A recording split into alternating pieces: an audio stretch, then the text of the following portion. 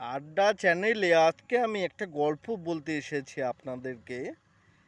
আমি পাড়ার এক মুদিখানা দোকান আছে, সে আমার বন্ধু হয়। তার কাছে আমি গিয়ে দেখলাম দোকানে সে হঠাৎ বোর্ড টাঙিয়েছে, বাকি সে আর দেবে না। তো আমি তাকে বললাম, কিরে তুই বোর্ড লাগিয়েছিস, বাকি দেবি না কেন, কি হয়েছে? তো ও আমাকে কি অদ্ভুত কথা বলল।